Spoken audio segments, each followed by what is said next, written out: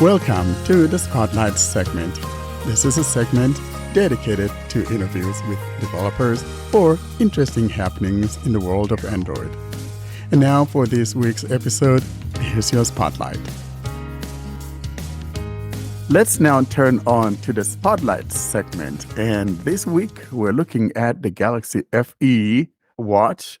It's a fan edition, guys, and I think Samsung finally is doing something to make sure that people who don't have money to throw around would finally be able to get a watch. If you've been looking at the Samsung watch and couldn't get it and all of that, because sometimes those things are like $300 something, $400 something. Well, here comes the Samsung FE watch that you could have for $200. Now, I wish though that Samsung has kind of maybe made it like $149.99, $150 instead of $200. But yet, what do I know? What do you guys think about this watch?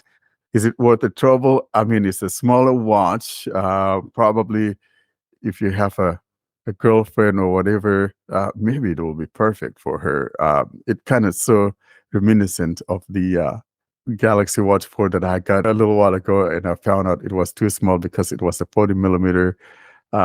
And I gave it to my wife. What do you guys think about this? Because it only comes in one size. It is so it's funny you mentioned the Watch 4 that you got, because this is almost exactly the same thing. It has the same processor as the Galaxy Watch 4, which at this point is, a 3-year-old processor.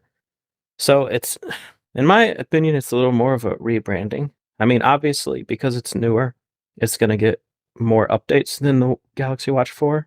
That they're probably done updating that for all I know.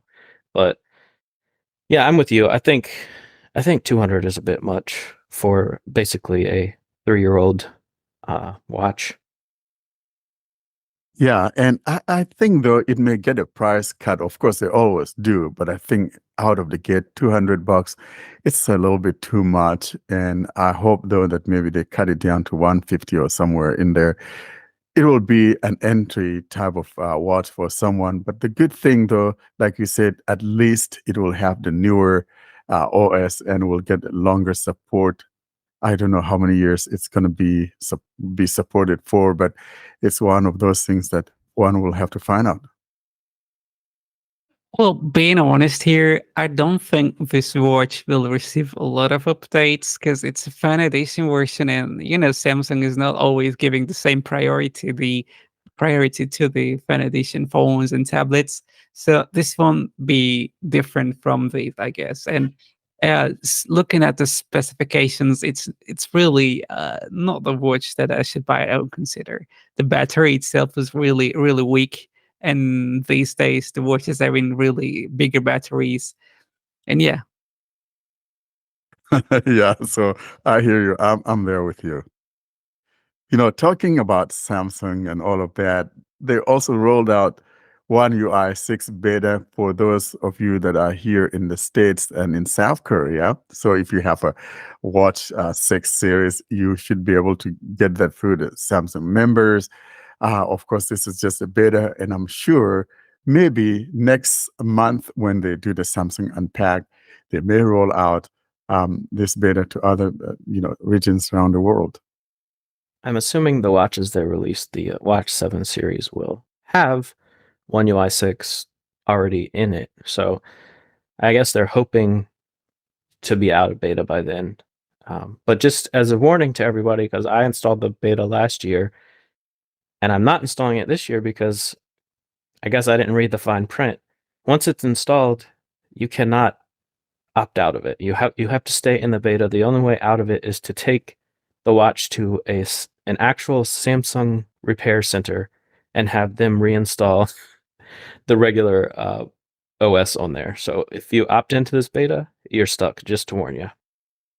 That was one of the things we talked about when you were talking about it, and I was going to be asking you, did you get out of it, or did you just let it be? I just let it be.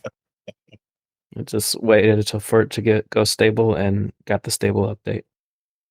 But that's the dumbest thing, though. If I get into a beta of some sort, if I don't like it, I should be able to roll back and get out of the beta. But why Samsung has chosen not to have someone, unenroll themselves. I think that is just idiotic. Yeah, I will say Google does it better than Samsung when it comes to betas. I'll admit that. Even with Samsung um, phones, like if you opt into the beta, you can't get an OTA to opt out of the beta. You actually have to connect your phone to a PC and use Samsung Smart Switch, which is completely inaccessible.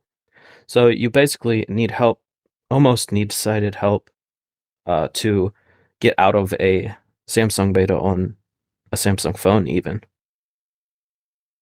That's a mistake on Samsung's part, though, because, frankly, we kind of sing their praises about their accessibility and all of that. And that's such an oversight to not think about, people that are blind, most especially if you want to be able to manage your phone, using the computer with matters relating to this unenrolling or reinstalling whatever. I think this is a very critical area that Samsung needs to take a look at because that's not good. Yeah, Samsung PC accessibility is not great. I had a Galaxy Book, and part of the reason why I sold my Galaxy Book and bought a Surface laptop is just because I was tired of dealing with Samsung software. They have their own updates software that you have to go in to update drivers and stuff, and it's not very accessible. I mean, you can do it once you figure it out, but a lot of stuff is not labeled, and especially with Samsung Smart Switch, not only is it not labeled, but it's just nothing. It's like nothing's there. It's completely inaccessible. Very interesting. You kind of wonder what happens with companies, though, most especially if these are companies that always take accessibility seriously and then kind of overlook something this basic is just beyond me. I don't know why this happens, but it does happen. And it happens to all of them, to be honest. It's just something that gets swept under the rug. Someone forgets about it, and I guess maybe the assumption is that we're not going to be doing this. And I don't know why anyone would assume that just because I'm a blind kid, I'm not going to be trying to manage something from my computer or trying to do something on my computer. I guess what I'm trying to say is that there's absolutely no reason for it, but it does happen. Well, talking about watches, Google also pushed out the security patch. Or update for the Pixel watches and all of that. And I think one of the key things that is here, being able to use your watch to pay at the terminal. If you have, like, say, even if you want to use PayPal or whatever, you can do that now. And then also the ability to detect the fall detection. That's a very good one. And let's say you're riding a bike, they highlighted the bike thing. You're riding your bike and you fall, it could detect that and all of that. So I was thinking, John, maybe summertime you and I can ride a bike and, put on that Google Watch so that when we fall, someone will help find us and pick us up. Yeah, I could use that even just with daily activities around here, playing with my 4-year-old. Yeah, and most especially, when Jack is trying to ride his bike, you two can be riding together.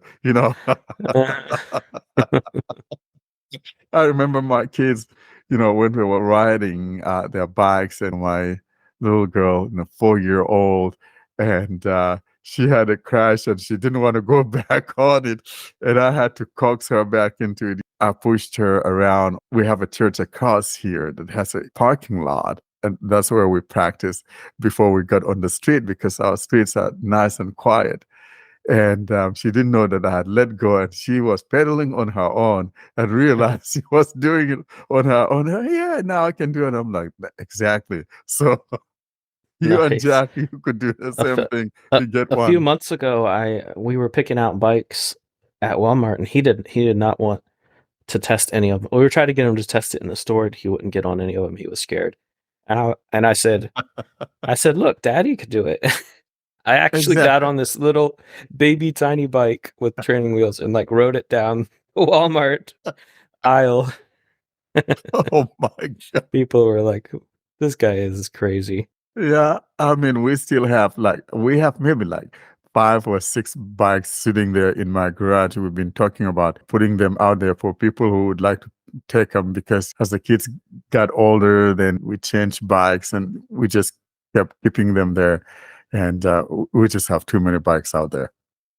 Back to watches.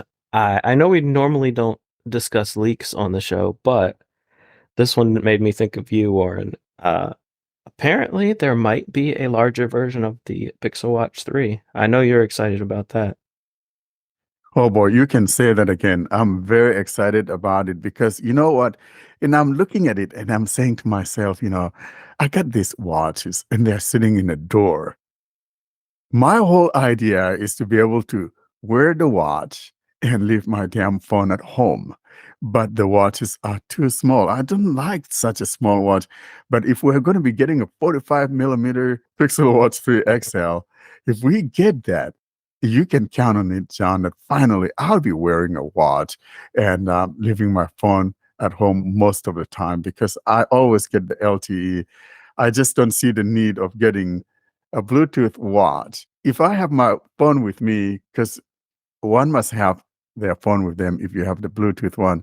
So for me, I don't need a watch if all it is a Bluetooth model. Maybe I'm just the odd one out, but I just don't like that. I think there are people in both camps. I follow on the opposite side of the fence. I'm not going to leave without my phone. So it's okay if I just have a Bluetooth watch. Yeah, for me though, it's like tagging on another price to my phone, and I'm not gonna do that because I can just pull out my phone. What's the big deal, And most especially, I got a message, I want to respond to it. I could use my phone, but of course, with Google making voice dictation possible on the watch and all of that, one could use that. So I can see that viewpoint where instead of pulling the phone, you could just use the watch right there if it's a Bluetooth one. But I'm just one of those odd ones that if the watch doesn't have internet connectivity, data, I'm not going to touch it. Yeah, but the watch is not only the watch that you are using to check notifications. I think it's easier to do stuff on the phone. However, I think people who should bring a watch are those people who just use it for fitness stuff. I mean, it doesn't make sense, at least for me, to have it for notifications and stuff, because I'm like John, I will not leave my phone and go out without it. So even if the watch can be connected to the internet, even if it is the LTE version, I'm not going to leave the phone anyway. So in this case, I think that it's better to just do stuff using the phone. So if you're not really bringing the watch for the fitness stuff that is included, I think it's not really necessary to bring one. I hear you. And if you talk to people, people have different ideas about it. It's just one of those things. I think sometimes people also like the look of it. And yeah, you have a watch. And if you're used to wearing a watch, like I said earlier in one of our episodes, I used to wear a watch all of the time. And to where I would feel like I was naked if I didn't have my watch on. And finally, it was the phone that got me to leave that watch, behind, to where I started not wearing watches anymore because I have my phone with me. But it can also be like a dressing kind of thing. People like it. Like it when they dress up with their watch, most especially. You can customize it and maybe give it a different band or whatever that goes with your clothing, whatever, stuff like that. People will like things like that to dress up. So it could be another use there if one is not necessarily wanting to use it for other stuff other than the ones that one would typically use a smartwatch for. Yeah, but there are more elegant watches, I think, that are the traditional ones that are from the fashion companies and companies that are famous about those type of watches. So I think those people may get those instead of those smartwatches. Well, You are right. For me, I don't like smartwatches. However, I had to admit that I liked the idea just when I tested the Apple Watch of my sister. I just give it like a quick try. I mean, it's good, but it's not really the thing that I'm going to pay money for, to be very honest. It's interesting that you mentioned the workout situation earlier, because that is the one case where I would see having an LTE version being nice, because I don't have enough vision, or I'm not brave enough to go for a run. So, but if I were to go for a run, that would be the perfect time where I don't want my phone on me, but it would be nice to still be able to get phone calls or make phone calls if I needed to. Similarly, like when I used to live in an apartment complex and I could just walk to the gym that was on the complex and work out, it would be nice not to have to take my phone in that situation. And, so I think it's, you made a good point that fitness related activities are probably like where people are going to not want to have their phone on them. Yeah, makes total sense, because you don't need even to like be responsible about your phone during those running sessions. So yeah, that makes total sense. It makes a lot of sense, and most especially also if you want to be able to navigate to that coffee place, you want to have a little drink after the workout or running or the walking or whatever, you could just navigate from your watch right there. And if you don't have that LTE, you'll not be able to navigate to that place.